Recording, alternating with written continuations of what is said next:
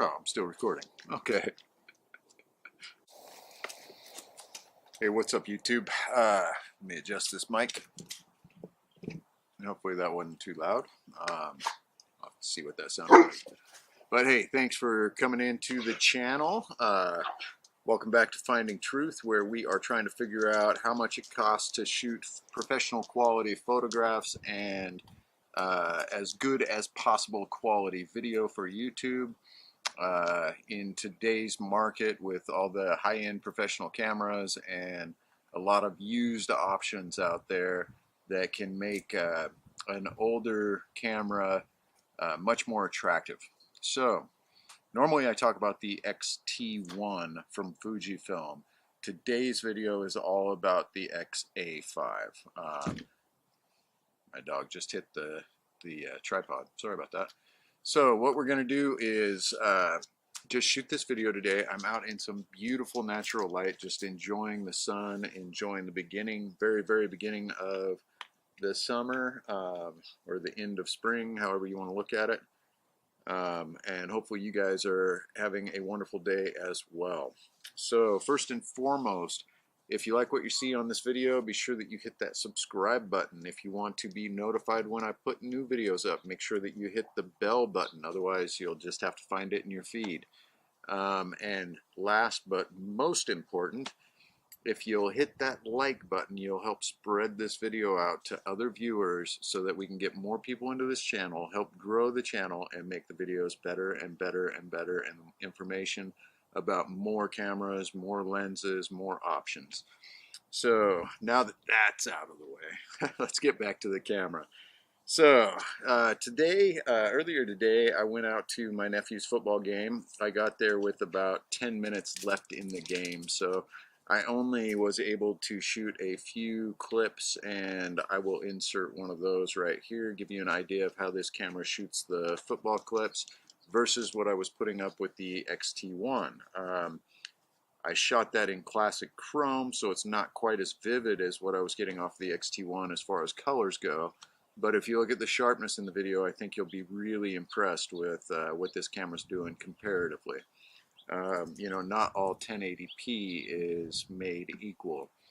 So the other thing I did was I went after that to dinner with my family, my mother and my father, my sister, her boyfriend, and I guess that was it. The kids weren't there. So just the five of us, and we went to a little place called The Village that's kind of a high-class shopping center type area, but they have a nice water feature in the center of the shopping area, along with some nice flowers and stuff. And I did take a few pictures with this camera. Normally I would shoot with my X T1 because that's the camera that I really enjoy the photographs out of. But I wanted to see what this thing would do, and it's what I had on me. You know, people often ask, what is the very best camera? And the answer is the one in your pocket. You know, I had my camera on me, I pulled it out, took a few shots, and I was really pleased with the way they turned out. So I'll insert a few of those here as well. Let you see what those look like while I continue talking, and then I'll come back to this video when I'm out of those photos. Probably only 2 or 3 of them. So after lunch, I just got home and was looking at this beautiful light, and I was curious, how does this camera handle this type of situation? Just me sitting in front of the camera, got these dark shadows from my hat. The sun is right in front of me, but it's above me, so it's hitting the brim of my hat. And how does the camera handle that? Is there enough dynamic range that you can still see detail inside the shadow areas, or is it just black? I can't tell looking at the monitor. I can tell that I'm in focus because it's showing my that it's tracking my face, so that's fantastic. It's nice not to have to worry about that. And if I was trying to focus this manually, I'd probably have some issues because I just can't see that far without my glasses on. But I guess if I was focusing manually, I could put my glasses on because the face tracking wouldn't be messed up by them. So, and don't get me wrong, it does a pretty darn good job with glasses on, just not as good as it does with them off.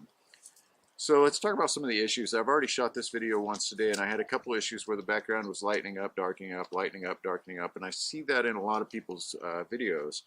And it's always been a question like, why is it doing that? What's happening? How is that happening? Well, the reality is you're using the metering of the camera, and as the light changes, which it does even though your eyes don't notice it when you're out in natural light, you get clouds that float over between you and the sun and lessen the amount of light that the lens is able to see. So the camera will open up to allow more light in. It brightens up the background.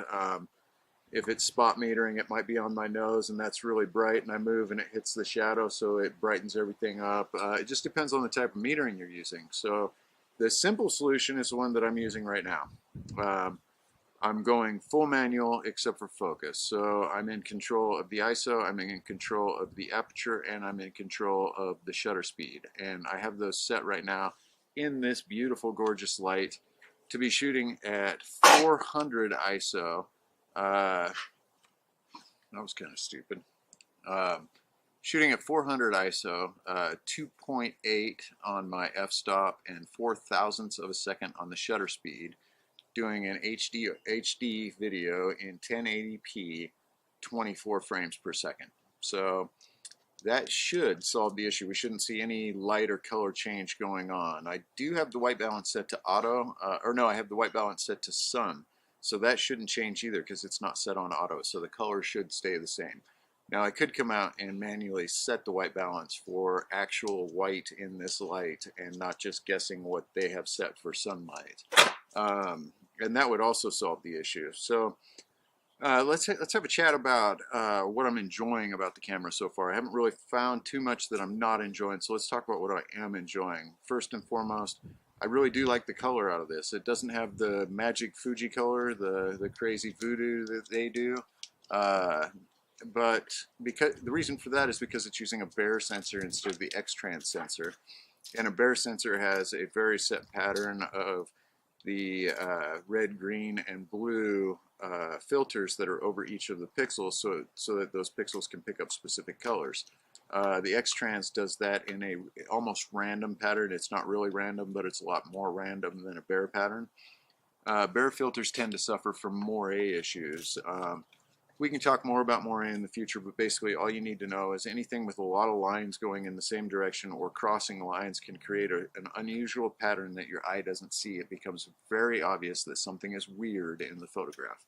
A lot of people might not be able to pick out what it is that's weird, but it's very obvious to your brain that something's not quite right, not quite the way that you normally see it. So the Bayer filters suffer from that, the X-Trans sensors do not, but the X-Trans processor, or the Fujifilm processors, are supposed to be very good at handling that issue. So we'll see if this camera suffers from moiré when I'm shooting photographs. So I'll try to put it in some situations where the moiré would be very strong in most Bayer filters and see what happens. So there we have it, the color I'm really enjoying. You can see it here. I'm using the, I think I'm on the, does it say what I'm on as far as my color setting? It doesn't. So I can't remember what film simulation I'm using, but it's not classic chrome and it's not ASTIA soft. I tried both of those and wasn't really happy with the way they looked. So ASTIA soft was kind of nice. Actually, that might be what I'm on right now. Maybe this is ASTIA soft. Or ASTIA standard, one or the other. Maybe Provia standard. That's what it is. There, you guys guess. So I believe it's Provia standard. And I like the way that looks. It's kind of made for portraiture, so it gives you some nice color in the background, but gives you nice skin tones as well. So the sharpness of this in 1080p is phenomenal. Like I said earlier, not all 1080p is equal. It may have the same number of pixels, but that does not mean it's sharp. That does not mean it has the right color. That does not mean it doesn't have a lot of blur in it when there's motion. And this camera seems to do, so far, a fantastic job with everything. I'm very happy with it. Now, I've watched a lot of reviews where people complained about different issues like the focusing speed, and they didn't really like the video that was coming out of this. I'm not sure what they're complaining about. Maybe they're paid to try to get you to buy a more valuable camera. I don't know. But I'm not paid by anybody to do this stuff. I just do it because I enjoy it. So I'm going to tell you my honest truth, what I truly think. And you can have your own opinion. Maybe you don't think this video quality is very good. I think it's beautiful. So, you know, the proof is in the pudding. You're looking at the pudding. You make up your own mind. As far as the focus goes on this camera, I do believe that there were a few firmware updates that made a big difference. So some of the early reviews, as with all Fuji cameras, the early reviews are not really a good judge of what the camera is 1, 2, 3 years later as Fujifilm dials in the firmware on it. And I think they're at the point now with this camera where that firmware is really getting dialed in, and it's making some nice images, taking some nice pictures, and you know, the video quality I'm just really enjoying. Now, I am coming up from one of the cameras that was known for not being a great video camera, which is the X T1. And that's the reason why I purchased this camera, is because I didn't want to buy a new professional body to replace my X T1 because I loved the photographs coming out of it. I just wanted something for video, and this used was $239 without a lens. I did not want the lens that it comes with in the kit, that auto zoom lens, the 14 to 45, something like that. Oh, there goes my dog.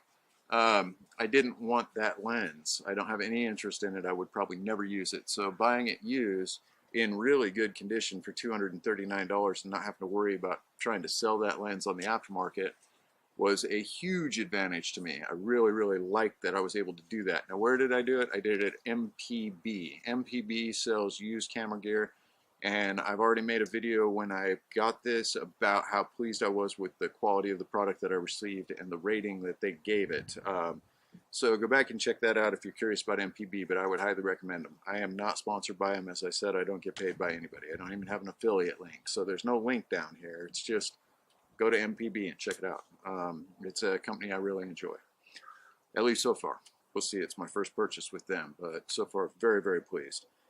As far as the video goes, it is limited to 30-minute clips, but when you get to the end of the 30 minutes, it just literally starts over a new clip without pausing, without making you restart the video. So all you have to do is upload the first clip into your computer, then the second clip, then the third clip, then the fourth clip, put them all into your system in a row, and when it plays, it will be seamless as if they were not in clips.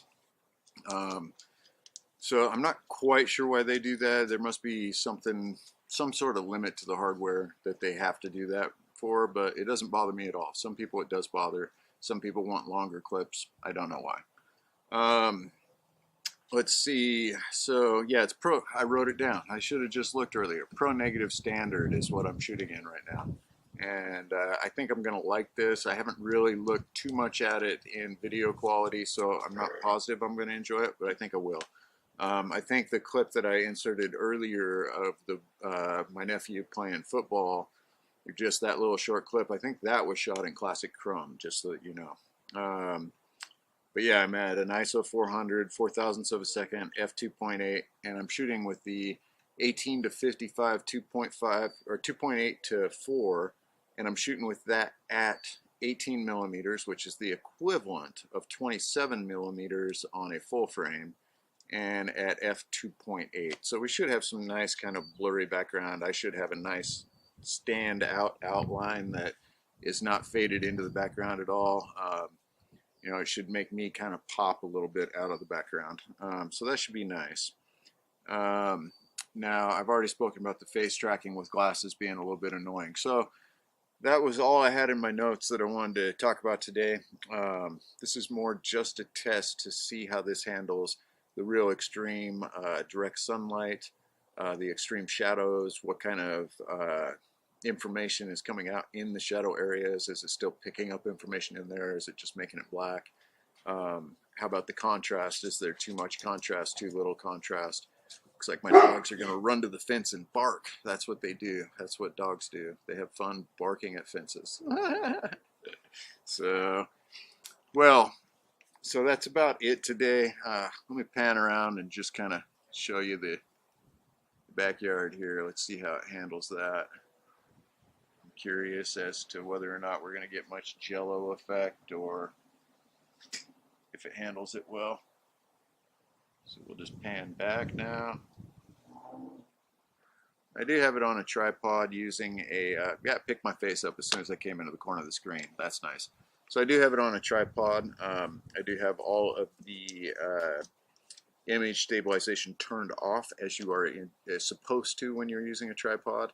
And you know, it's just kind of a basic tripod. It's actually a fairly nice little carbon fiber tripod, but it's got a pretty basic head on it that is a fluid video head. It's a inexpensive fluid video head. And who is it made by? Yeah, it's made by Vanguard is who makes the fluid video head. It's all right. It's a cheap one. I think I paid, you know, something like 80 bucks or something for the head. And it works all right. It's not super smooth, but it's better than nothing. And hey, it's a stable platform to put your camera on to be able to shoot video. So what more can you ask for? What more can I ask for, being the cheap fellow that I am? But so that's about it for today. But thank you for checking out the channel. Thank you for checking out the episode. Once again, if you did enjoy the video, hey, even if you didn't, click that subscribe button. Click that notification button, unless you didn't like the video and you don't want to know when I have new ones coming up. But if you do want to know when I have new ones coming up, click that notification button and it will tell you, every time I put up a new video. Maybe you're in the market for a new camera and you want to spend as little as possible and get as much as possible. This is probably a good channel to follow. My dog's coming up for some pets. And then last but certainly not least, probably the most important aspect, as I said in the beginning, make sure that you click that like button. That's what puts this video in front of more people. The more likes I get, the more people see it, the faster the channel grows, the faster I'm able to afford to pick up the next body or the next lens or the, you know, whatever. I'm taking all of the donations that I'm receiving in Facebook and just putting all of that directly into camera gear. I'm not using it for anything else. So just things to review for you guys. Now I do want to touch on one of the things that I reviewed in the past, and I have not made an update video, but the 85 1.4 from Samyang. I have been very happy with that lens. Very happy. Now it is a manual lens, so it's a little harder to shoot with. You aren't going to catch fast moving subjects unless you're very, very, very good at manual focus. And some of you are. But unless you are, you're going to have a hard time tracking fast moving subjects.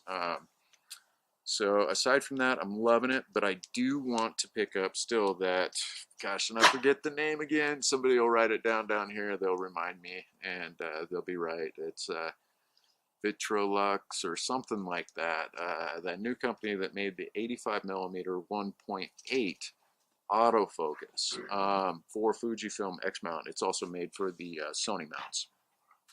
So I am super curious about the quality of that lens. I've seen some early release reviews of that. So far it looks phenomenal. It's very inexpensive, about $379, so a little more than $100 more than the manual version of the Samyang that I have that's 1.4.